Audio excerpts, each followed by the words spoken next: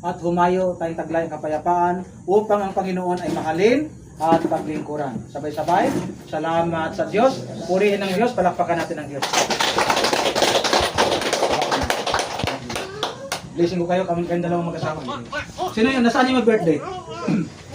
Sir. Itaas natin mga kamay. Yung kamay natin, blessing natin sila.